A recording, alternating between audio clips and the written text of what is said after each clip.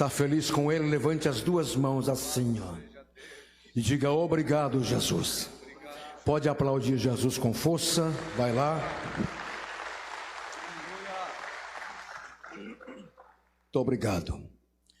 Aproveitando a posição que estamos, abra comigo a sua Bíblia. Quem trouxe-a? Evangelho que escreveu Evangelista João, capítulo 5, versículo de número 1. Enquanto você encontra a referência, eu quero dar os meus tributos de gratidão, primeiramente a Deus, que é a razão da nossa existência, e pelo santo privilégio que temos de ocupar os oráculos sagrados para fazermos uso da sua bendita palavra. Louvar a Deus pela vida do meu amigo Jorginho. Obrigado pelo convite. Nos sentimos honrados com o seu convite. Na pessoa do Jorginho, quero louvar a Deus pela vida de todos os demais companheiros, irmão Osni, os demais companheiros que estão aqui, amigos que Deus tem nos dado, não é? Graças a Deus. Também louvar a Deus pela vida do nosso pastor presidente, pastor Daniel, que certamente posterior estará, quem sabe, ouvindo, assistindo, né? Ou quem sabe esteja ouvindo participando dessa reunião através da internet, né? Os internautas, tem muita gente, viu? Hoje eu conversei com muita gente no Brasil e informamos que íamos trazer uma palavra. E tem muita gente no Brasil aí conectado com a gente hoje. Amém? João 5 e versículo 1. Eu leio e você repete a minha leitura. Faremos a melhor leitura nesta oportunidade. Repita após mim, você repete aquilo que eu leio. Está escrito assim: depois disso, havia uma festa entre os judeus. E Jesus subiu a Jerusalém. Vamos ler outra vez com mais dinâmica, com mais força. Vamos lá. Depois disso, havia uma festa entre os judeus. E Jesus subiu. Quem foi que subiu? A Jerusalém. Aonde ele subiu?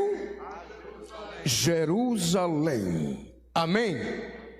Antes que você sente, querido, antes que você sente, repita comigo a seguinte frase: chamados para vencer. Vamos com mais força, com mais dinâmica. Chamados para vencer. Diga: se eu fui chamado, eu sou chamado para vencer. Quem crê que é chamado para vencer? Deixa eu ver quem crê. Pode aplaudir Jesus, dá um glória ao Senhor, glorifique a Ele. Amém? Isso aí. Tome seu assento e vamos ouvir a palavra. Aleluia.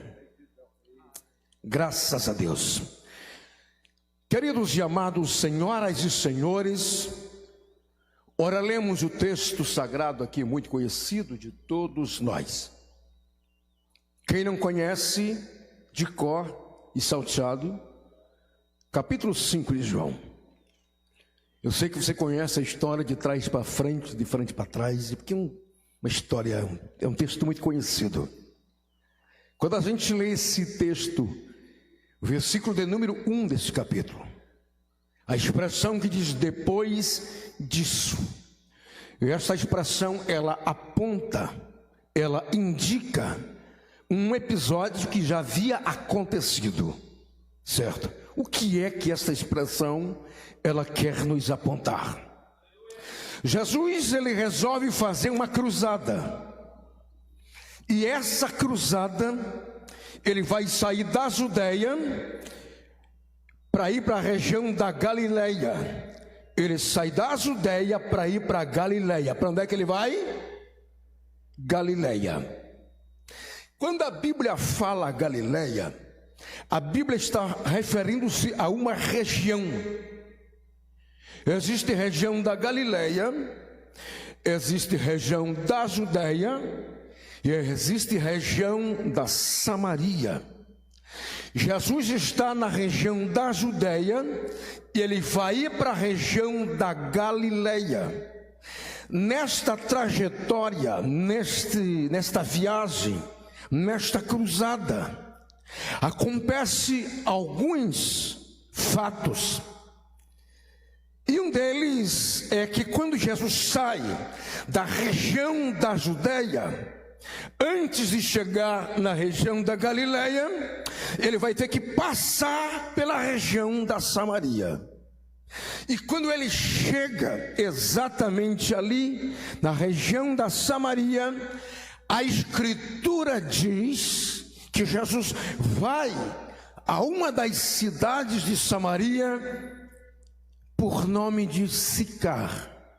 Lá em Sicar havia e ainda está lá historicamente um poço de água que lhe é conhecido pela tradição como o Poço de Jacó.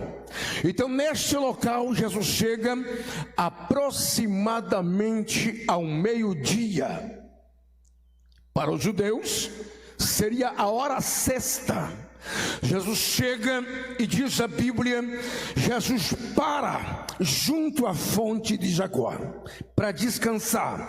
Seus companheiros de viagem seguem o caminho e entram na cidade de Sicar, buscar alimento, comprar pão, haja visto que já era hora de refeição.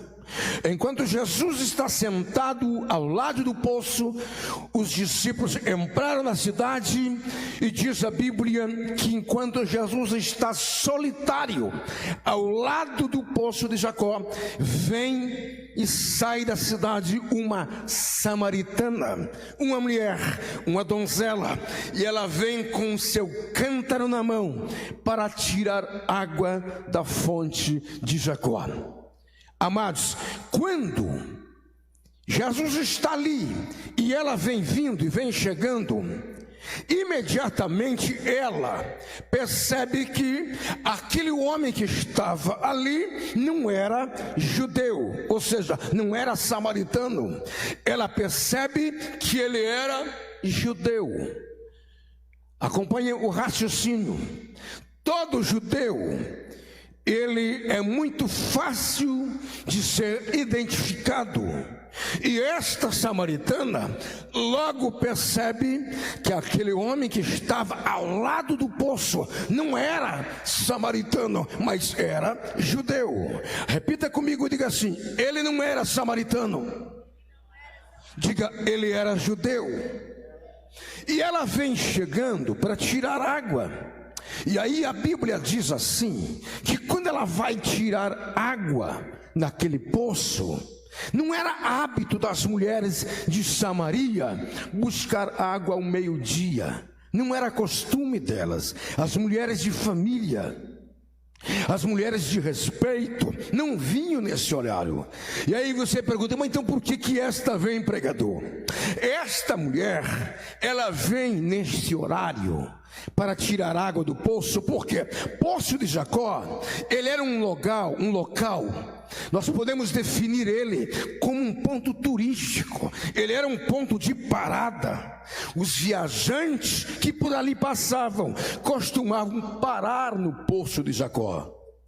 Então é o seguinte, esta senhorita vem neste horário para tirar alguns proveitos. Por quê, pregador? Porque segundo a história, esta samaritana, ela era uma mulher da vida, está entendendo? Então ela vinha para colher alguma oportunidade.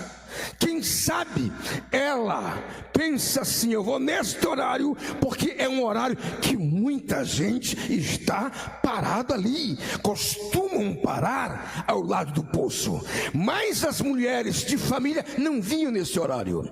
Então quando ela chega e ela percebe que aquele homem era judeu, e ela vai tirar água da fonte. Quando ela vai tirar água da fonte, aquele homem que era judeu fala com ela e diz: ó mulher, dai-me um pouco de água. Ela ficou estupefata. Ela ficou assim admirada com a reação daquele judeu, e ela questiona e diz: mas como podes? Percebo que tu não és samaritano e você pede para mim água. Judeu não conversa com a gente, judeu não fala com o samaritano, e como podes? Você vem pedir água para mim que sou samaritana? Queridos, naquele momento, aquele homem que era judeu, ele toma a expressão do verbo e olha para ela e diz assim: ó mulher, se você soubesse quem é que pede água para você. Se você tivesse o dom de Deus para saber quem é que está pedindo água para você. Se você soubesse disso, tu chegarias aqui e antes de você pedir água, ou seja, tirar água deste poço, você iria pedir água para mim, porque eu tenho uma água para te dar. E aí ela não entende aquele diálogo do Senhor. E aí, mas como pode? Você diz que tem uma água? Jesus disse assim, ó: você vem hoje, tira água, bebe, amanhã tem que voltar de novo. Mas se você beber da água que eu tenho para te dar, nunca mais você vai ter sede, porque esta água que eu vou te dar vai se transformar dentro de você uma fonte viva que vai jorrar para a vida eterna. Jesus estava falando desta água, a palavra do Senhor, a palavra de Deus. E aí diz a Bíblia, Jesus resumindo, ele diz assim: mulher, vamos fazer o seguinte, vai lá e traga teu marido para mim conversar com ele. Não, Senhor, eu não tenho marido. Jesus diz: você está falando a verdade, porque você já tiveste cinco, e o que você tem agora também não é teu. Ela ficou estupefatizada e maravilhada, porque Jesus acaba de revelar os detalhes da vida dela. Ela entra na cidade, e quando ela entra na cidade, ela vai encontrando as pessoas e diz assim: gente, vamos comigo lá para o poço de Jacó, porque é o seguinte, se existir profeta nesta terra, hoje eu tive o privilégio de conhecer um verdadeiro profeta, porque revelou a minha vida. E aí diz a Bíblia que a multidão veio com ela.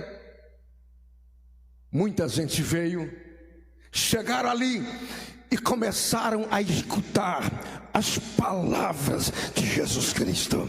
Por ocasião do encontro de Jesus com esta mulher, diz a Bíblia que Jesus teve que permanecer 2 dias ali naquele local, falando acerca das verdades eternas. Quantos